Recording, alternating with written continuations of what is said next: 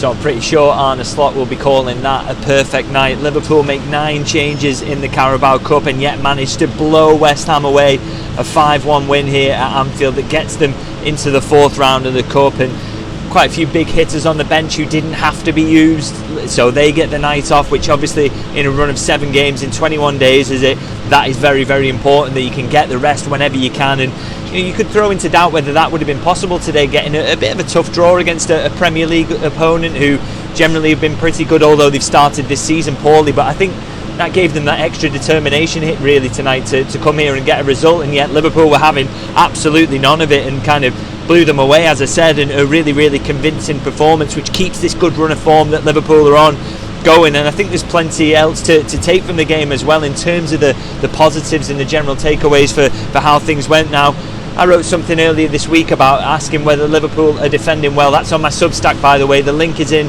the description for this video. If you don't subscribe at the moment, please do have a look at it. All transfer news, updates, injuries, everything I put on there. So if you haven't checked it out, please do. But as I say, I wrote something this week about asking the question, are Liverpool defending well? Because I feel like there's a feeling I've noticed in the comments here on YouTube and in anything I write on social media, really, that there's a feeling Liverpool aren't actually defending that well. And I guess the start of this game kind of summed that up, really, is that, you know, West Ham have a dangerous moment where they score a goal that is then given offside, and then obviously they score a goal shortly after. But you look at it really, and I think in some of the goals that, you know, in the piece, the summary of that really was that a lot of the chances Liverpool have given up in terms of expected goals so far this season, or almost half, have actually been when they've been 3-0 up in games. And also when they've conceded goals, it has actually been through a little bit of misfortune. And I mean, you look at the offside goal that West Ham score, it is offside, therefore you've got to say that that's good defending. And then the goal that West Ham do actually score, it takes Endo kicking it in off Quansah. So Liverpool, yeah, there's a bit of pinball in the box, but quite unfortunate really. And I mean, the statistics kind of bear that out really, that Liverpool did defend well again here, because they did kind of keep West Ham out. They limited what they were able to do. I mean, say about the numbers there, Liverpool created 2.55 expected goals to West Ham's 0.57, so not very much at all. 21 shots to 12, which again, those 12 shots from West Ham, you think, okay, Liverpool are allowing quite a lot of shots there, but only 3 of those shots on target. So the shots that were given up were very, very low quality. You know, not giving West Ham opportunities, taking shots from distance that you wouldn't expect to go in. So, you know, that sometimes is the key to defending. You know, even if you're conceding shots, you're conceding bad shots, and Liverpool definitely doing that at the moment. So I think sometimes the fact that Liverpool are letting shots get away kind of convinces people, oh, this feels a bit uncertain, is someone going to put one in the top corner? But I think that's very much sort of a design really of how this team is set up, is that they just want to give away, if they are going to give away opportunities, they're giving away low quality opportunities. And I thought that was repeated again today. As I say, you know, West Ham basically had to wait for Liverpool to kick it in their own net really to get any decent opportunities. So, you know, I thought a fairly solid performance. And as I say, those attacking numbers there, 2.55 XG, 21 shots, 11 shots on target from Liverpool. That really shows you, you know, that in an attacking sense they were very good again today as well, which, you know, outside of that Forest game, which was a bit of an anomaly, Liverpool have been very good going forward under Arne Slot. So great to see that again today.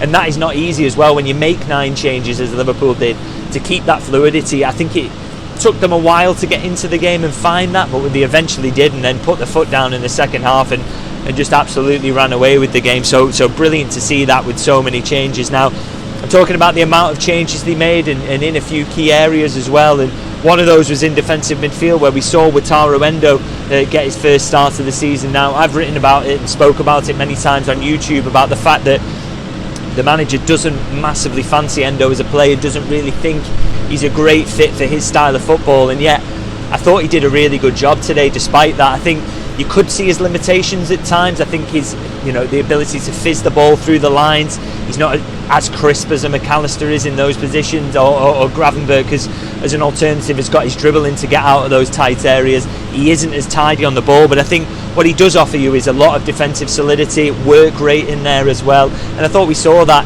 I don't think he's going to maybe change Arne Slot's mind with that performance, because, as I say, the ball playing isn't quite there.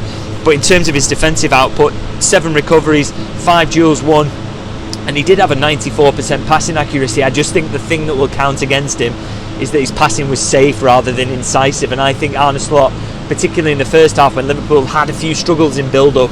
He wants someone who's a little bit more comfortable on the ball there.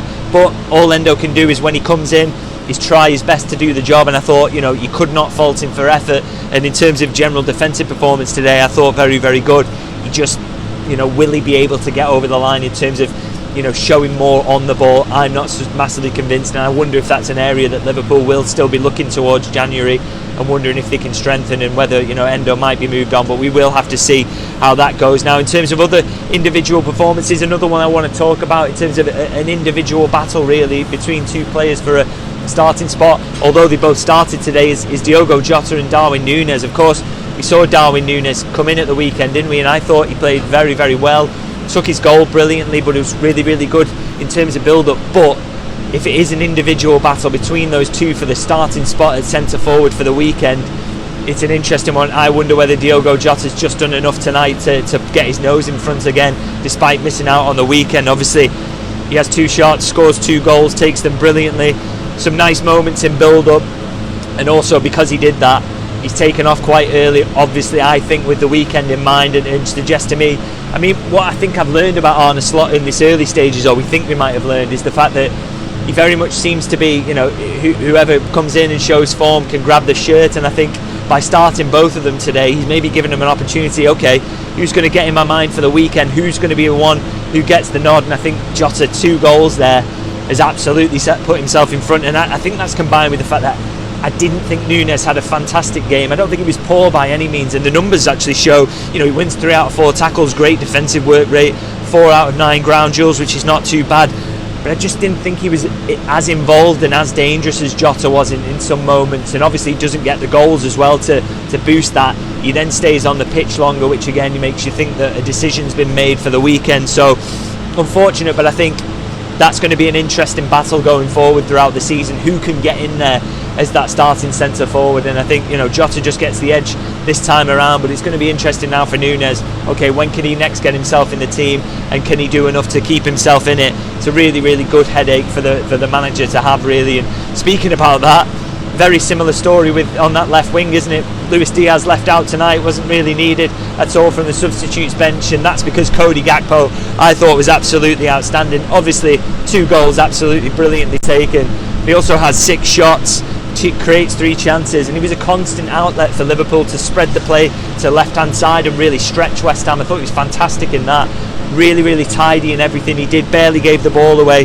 Just a great performance, and he's been great whenever he's come in for Liverpool this season. So really, really good to see that when you've got 2 attackers on form who play the same position. As I say, it's exactly the sort of headache that the manager wants. So loved his performance tonight, and maybe he won't be in the team at the weekend, but if you need him off the bench, he's going to be dangerous, and there are so many more games to come where you're going to need him. So fantastic performance from him. And I'm just going to wrap up in terms of the individual performances by mentioning Chiesa. Obviously his first starts for Liverpool tonight gets taken off because he's not got that full match fitness to do 90 yet, but I thought a lot of encouragement from him. I thought obviously he gets the assist, which is from a bicycle kick. Not sure he meant that, if I'm being honest, but it was a fabulous assist all the same, and I think will be good for his confidence. He completes 9 out of 11 passes, which again, he was tidy, he was threatening, but not massively involved in the game, a little bit peripheral at times, which I think will, he wasn't helped by Liverpool's first half performance being the way it was. He probably would have enjoyed more coming on in the second half, actually, when Liverpool were really putting the foot down and really throttling West Ham. But I thought, so he got caught up in not being massively involved in the game. But when he did, he looked threatening, and this is a massive step forward for him, isn't it? We know he needs to build up his fitness and needs to get that, and to play around 60 minutes today, I think we're really, really good for him in terms of doing that. And there were some encouraging moments, so looking forward to seeing more of him. And also want to mention, of course, Mo Salah getting the goal. I think good for him.